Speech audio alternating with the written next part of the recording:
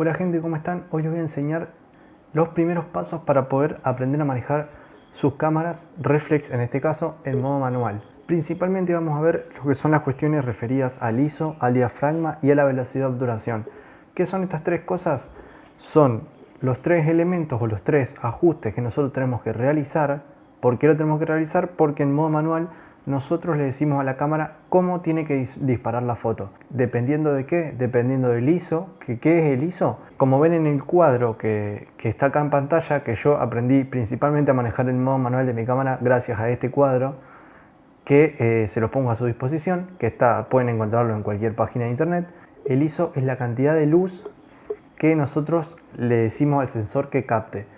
Es decir, si nosotros colocamos ISO a 100, vamos a tener una imagen con muy poco ruido, como vemos ahí en la imagen, que en ese caso es ISO 50, pero solamente algunas cámaras permiten poner a ISO 50. Por ejemplo, en la última imagen que vemos el ISO en 25600, vemos que es una imagen con muchísimo ruido. ¿Por qué? Porque estamos forzando a la cámara a que saque luz de un lugar donde no hay. Entonces, cuando la cámara inventa esa luz, por así decirlo, nos rompe con ruido la imagen, porque no hay luz en el ambiente. Esto lo tenemos que equilibrar en conjunto con los otros dos valores, que son el diafragma, que vendría a ser el número F, que ahora vamos a explicar qué es, y la velocidad de obturación. La velocidad de obturación es cuánto está el sensor abierto. El sensor, hacemos referencia a las cortinas que abren y cierran cuando disparan la cámara. El sensor de la cámara está adentro del cuerpo de la cámara, el lente está aparte. Y eso depende de la velocidad. Como ven en el cuadro, a una velocidad más rápida, la velocidad se mide en 1 sobre tanto. 1 sobre 1000, 1 sobre 25, 1 sobre 4, por ejemplo. Por lo tanto, a mayores velocidades, la cámara abre y cierra la cortina bien rápido. Entonces lo que hace es congelar el movimiento. En cambio, si tenemos una velocidad lenta, por ejemplo, un medio o un segundo o 3 segundos, esa cortina va a demorar en subir y bajar, es decir, va a tardar en sacar la foto y vamos a captar el movimiento. Eso se puede usar para distintas cosas. Por ejemplo, si nosotros queremos sacarle una foto a alguien que está corriendo, tenemos que poner una velocidad alta para que salga congelado y no se vea borroso la persona, a no ser que nosotros querramos que salga borrosa. Ahí tenemos que usar una velocidad de disparo baja, 1 sobre 2, un segundo, por ejemplo. Esas dos configuraciones, el ISO y la velocidad de obturación, se encuentran predeterminadas o dependen, mejor dicho, del cuerpo de la cámara, no del lente. El lente va a depender lo que es el diafragma, que vendría a ser el valor F. ¿Qué es el valor F? Es la apertura que nos posibilita manipular el lente. Por ejemplo, acá tengo un lente fijo, 50 milímetros, 1.8 de máxima apertura. Esto quiere decir que, por ejemplo, acá tengo un 18-140, que es un lente de kit, que tiene unos valores de diafragma 3,5 el máximo, es decir, el diafragma se puede llegar hasta 3,5. ¿Qué es esto 3,5, 1,8? Vean el siguiente cuadro. A menor número de diafragma, el diafragma es como el lente se abre o se cierra. Entonces, a menor número de diafragma, por ejemplo 1.4 como se ve en la imagen, o este lente que tiene 1.8, vamos a lograr mayor desenfoque, menor profundidad de campo. ¿Qué es eso? Es que si nosotros tenemos un objeto y nosotros le sacamos más o menos a una distancia considerable, el fondo, si está lejos de ese objeto, va a empezar a desenfocarse. Esto también depende de otros factores, como es la distancia focal del lente, que lo vamos a ver en otro episodio. Pero lo que quiero enseñarles a ustedes es que a menor sea el número F, mayor va a ser el desenfoque y la menor profundidad de campo. Pero también va a ser mayor la luz que entra al lente. ¿Por qué? Porque el lente se abre en 1.8, por ejemplo, y ahí entra más luz al lente. En cambio, si nosotros usamos un F32, el lente va a estar casi cerrado y la luz que entre a ese lente va a ser muy poco. ¿Por qué decimos tanto esta luz, esta luz, esta luz? Bueno, porque para que una foto esté bien expuesta, necesitamos mantener un equilibrio entre las tres cosas: el ISO, la velocidad de disparo o la velocidad de obturación, y el diafragma. ¿Cómo controlamos esto? ¿Cómo tenemos que disparar? ¿O cómo sabemos qué usar? Bueno, a todos nos pasó que pusimos la cámara manual disparamos una foto, nos salió negra y chao, volvimos a sacar en automático. A mí me pasó y supongo que a muchos de ustedes también. Y lo que tienen que tener en cuenta para empezar a manejarlo, después les van a empezar a agarrar la mano, al principio es medio tedioso, pero le tienen que prestar atención al fotómetro, que es esto lo que están viendo en pantalla, que según la marca se va a ver de una determinada manera, pero más o menos lo van a ver igual. En la pantalla donde ven las configuraciones, cuando prenden la cámara, apenas prenden la cámara, van a ver esta barrita que abajo tiene una línea que se va a mover según los ajustes que ustedes hagan. ¿Esto qué quiere decir? Que cuando la línea esté en el medio, la foto va a estar bien expuesta en lo que considere la cámara, que generalmente suele acertarle bastante bien. Pero, asterisco, esto va a depender de según la medición de la luz que ustedes tienen en la cámara. Esto lo vamos a ver en otro episodio, pero es esta imagen que tienen acá. En Nikon, por ejemplo, tenemos la medición de luz matricial, ponderada al centro y puntual. En Canon tenemos la evaluativa, la ponderada al centro, la puntual y la parcial. Esto al principio les recomiendo que la usen en matricial. ¿Para qué? Para que ese exposímetro o fotómetro que hace la cámara para decirles a ustedes si está bien o está subexpuesta o sobreexpuesta la imagen, les aparezca según la totalidad de lo que ustedes ven en la cámara, no según un punto donde está el enfoque y qué sé yo. Eso después lo van a empezar a practicar y van a saber qué tipo de medición se usa para qué foto o cuál les conviene más a ustedes según el tipo de fotografía que hacen. Pero con el fotómetro van a ir ustedes calculando si está subexpuesta o si está bien expuesta. Lo que ustedes tienen que lograr es que más o menos esté en la mitad del fotómetro la liñita. Eso quiere decir que la exposición está bastante bien. En el caso de que salga un poco subexpuesta, al nosotros sacar una fotografía en RAW y en una cámara reflex, después en los revelados y en la computadora podemos explotar mucho más y podemos levantar sombras.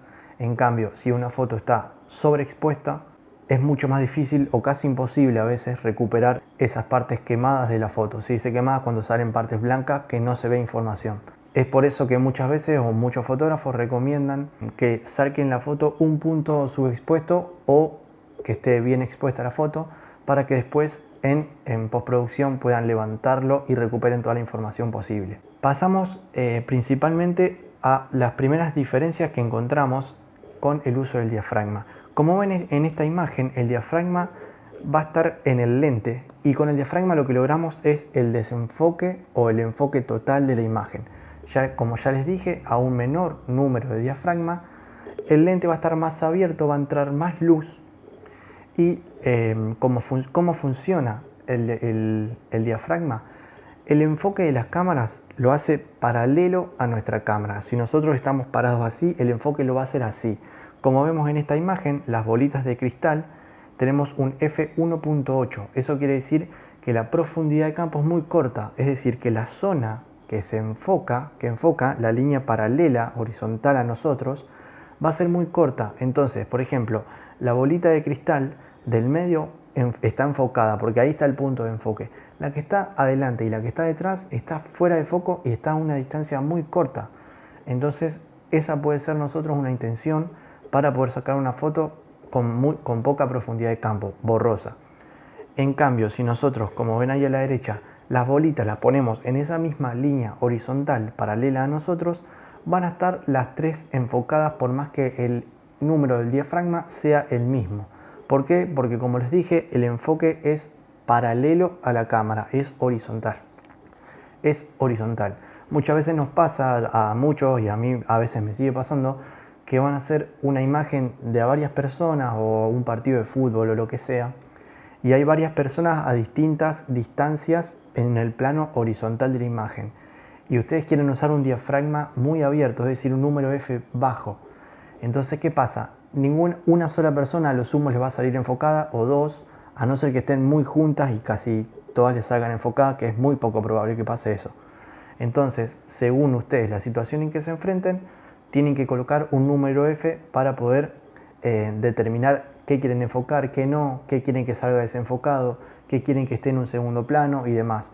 A su vez, que controlar las distancias, por ejemplo, entre el sujeto y un arbusto, lo que sea, una pared, para poder manipular esos ajustes. Luego de eso van a tener que configurar lo que es la velocidad de obturación. Por ejemplo, si están haciendo un retrato o una sesión de fotos urbana en la calle cuando la persona esté quieta, no alguien andando en skate, en BMX o lo que sea, no hace falta poner una velocidad muy alta, con que sea un 1 sobre 160 por ejemplo, o 1 sobre 200, ya es suficiente para congelar el movimiento. Si usamos una velocidad, por ejemplo, 1 sobre 30, tenemos que tener muy buen agarre para la cámara, que no se nos mueva, para que no nos salga nada movido, por ejemplo. Pero hasta 1.150 más o menos está bastante bien. 1.125, 1 sobre 250 está bien para congelar ese momento en ese tipo de fotos. Y el ISO, lo que tienen que controlar ustedes es mantenerlo lo más bajo posible. Pero como les digo, esto no les puedo decir tienen que hacer así, porque va a depender de qué, de la luz ambiente, va a depender de qué estilo de foto están haciendo. Si es un retrato al aire libre, seguramente van a tener que usar un ISO bajo, una velocidad, por ejemplo, un 1 sobre 125, 1 sobre 250 y un diafragma, un valor F, dependiendo del lente y del objetivo que ustedes tengan. Por ejemplo, si yo salgo a la tarde a fotear con un 50 mm 1.8 y mi intención es que el fondo sea algo borroso, por ejemplo, voy a salir a fotear con f1.8. Y si, por ejemplo, si estoy en estudio generalmente se suelen usar valores de diafragma más cerrados, por ejemplo f.8.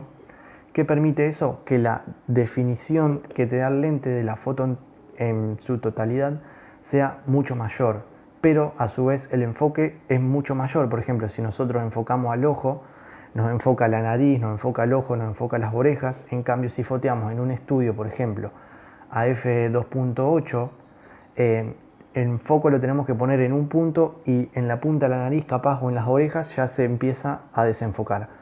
No digo que se tenga que hacer de una determinada forma, depende de cada fotógrafo, de cada estilo, como así también del resultado que querramos lograr en cada fotografía. Por ejemplo, en esta foto de acá se muestra una foto con un valor F muy alto, es decir, un diafragma muy cerrado, en donde la profundidad de campo no existe, es muy grande.